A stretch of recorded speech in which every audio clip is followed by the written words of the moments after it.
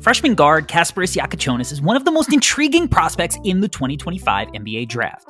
Hailing from Lithuania, Jakucionis arrived in the US after an illustrious youth career on the international stage, dominating in FIBA competitions, showcasing his advanced feel for the game, and earning a reputation as one of Europe's top young talents. Now, after taking his talents to Illinois and thriving in the Big Ten, Jakucionis is proving he has the potential to produce as a versatile offensive creator at the NBA level and potentially earn his way to a top 5 selection come June. Let's start with the offense, where Jakucionis shines as a crafty shot creator and playmaker. At first glance, his shooting splits might not jump off the page, 34% from 3 on 9 attempts per 100 possessions. It's solid, but may leave you wanting more. But dig deeper and you'll see a player who thrives, connecting on high degree of difficulty shots. Jakucionis is more shot maker than pure shooter, but he creates his own looks off the bounce and is unafraid to let it fly with a hand in his face. Thus far this season, he's knocked down over 33% of his dribble jumpers. While that number may seem low on its face, it's right in line with guys like Damian Lillard, Anthony Edwards, Tyrese Halliburton, and Trae Young in their pre-draft seasons. So how does Jakucionis generate his looks? A combination of craft, skill, and advanced footwork, culminating in his go-to step-back 3, which he can already execute in either direction. Watch this possession in a close overtime game against Northwestern as he baits Nick Martinelli into thinking he's going to attack the rim by getting low off the initial between the legs change of direction before smoothly stepping back deep to the wing to a point where Martinelli can't recover. Cash. Huge shot in a huge moment.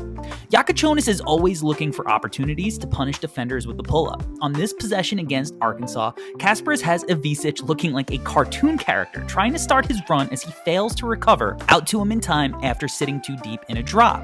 Jakucionis' perimeter shot making is no doubt impressive, but he can sometimes fall in love with those tough shots, leading to some head-scratching possessions early in the clock. Watch here as Kasparas gets loose against Indiana with a slick behind-the-back dribble into a smooth step-back with fancy footwork to get balance. The shot setup is pretty, and it's a shot he's capable of hitting, but there's still 22 seconds on the shot clock, and Trey Galloway does a good job recovering and getting a hand in his grill.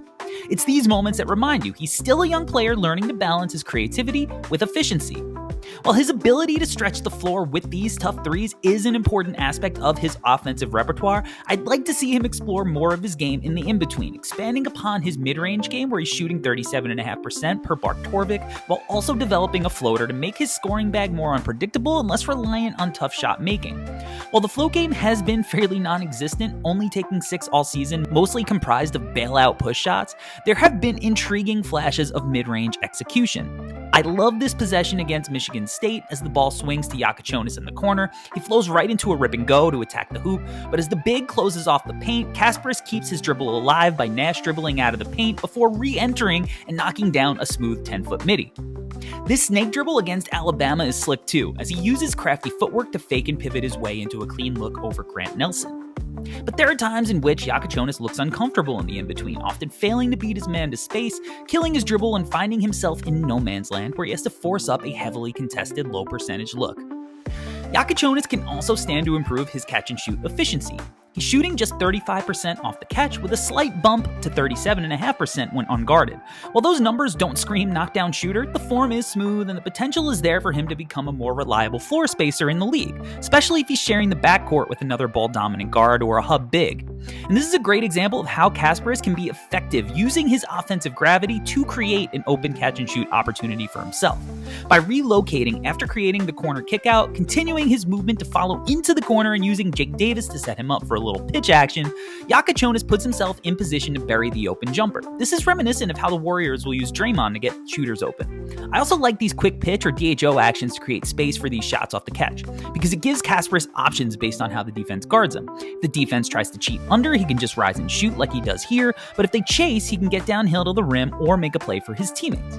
Because Jakucionis isn't just a shooter, he's a crafty finisher around the rim too, using his body control and touch to compensate for his lack of elite explosiveness and bounce. He's comfortable finishing with either hand, and he's mastered the art of deceleration to throw off defenders' timing. He's certainly not going to posterize anyone. He's logged only 1 dunk this season, but he's adept at using scoop finishes, same foot, same hand layups, and subtle ball fakes to create openings for himself at the rim. His craftiness around the rim, using pump fakes, varied cadences, and smart positioning to draw contact has also made him a consistent threat to generate free throws, averaging over 5 free throw attempts per game with a near 50% free throw rate, and converting them at an 84% clip, has been a key factor in his efficiency, reflected in his strong 61% true shooting percentage. That said, Kasparas can struggle against more athletic rim protectors that can get up and bother him with their length.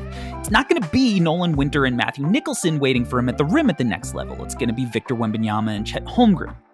Kasparas can also have a tendency to get stuck in the paint, dribbling into no man's land, forcing himself to pivot his way into tough attempts when he can't find a clean look. Again, this is why adding a reliable floater and midi to his arsenal could help him navigate those in-between areas and keep defenses honest.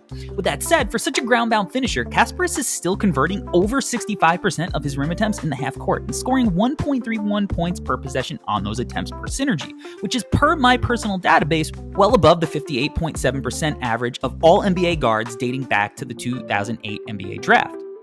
The threat of Jakucionis' scoring is only heightened by his playmaking potential.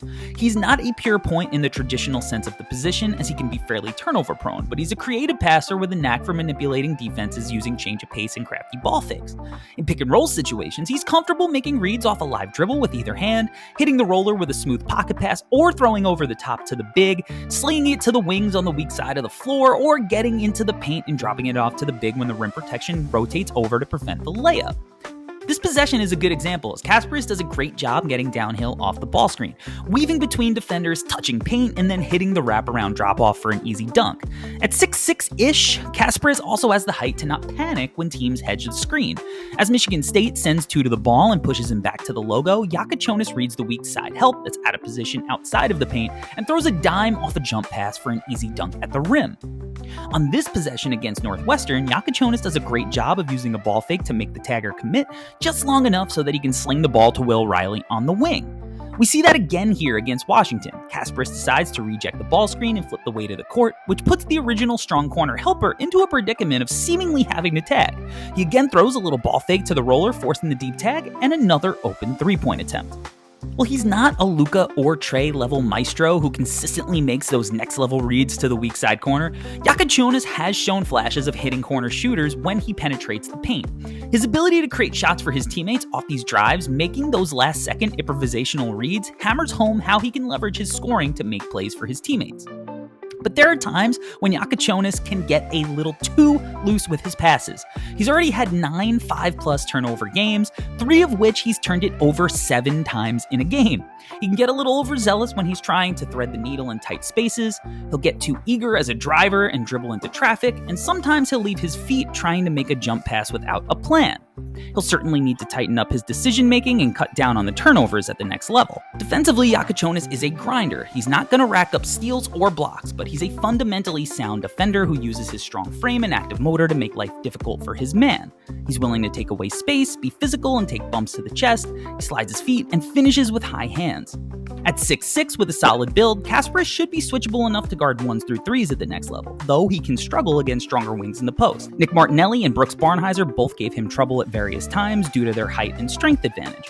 But when Jakucionis was able to deny them from catching it too deep and push them further out to the perimeter, he was able to win with his lateral movement and toughness.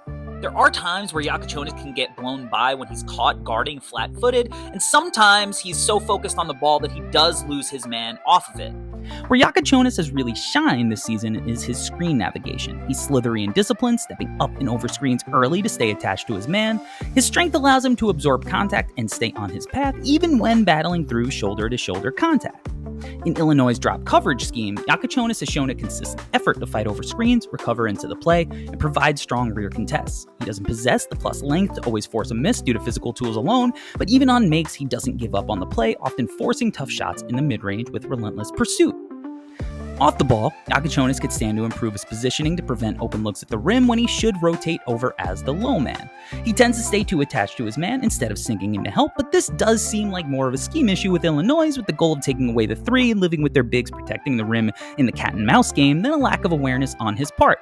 Still, this is something worth monitoring, as Jakucionis' lack of quick twitch burst and average length may make his ability to 2-9 as the weak side help difficult at the next level. So what's the verdict on Kasparas Jakucionis? Well, he's a crafty, high IQ guard with the potential to thrive as an initiator and shot maker in the NBA. His game may draw comparisons to Brandon Pajemski mixed with some D'Angelo Russell and a little Austin Reeves, guys who use their creativity and feel for the game to overcome physical limitations. While he's not the most explosive athlete, he makes up for it with his pace, craft, and competitive edge. If he can tighten up his decision-making, he has the tools to be a valuable initiator for an NBA team looking for a versatile guard who can create offense for himself and others. Lithuania has a long history of developing high IQ basketball talent, and Kasparas Jakucionis is on track to not only continue that legacy, but also solidify himself as a potential top 5 pick in the 2025 NBA draft.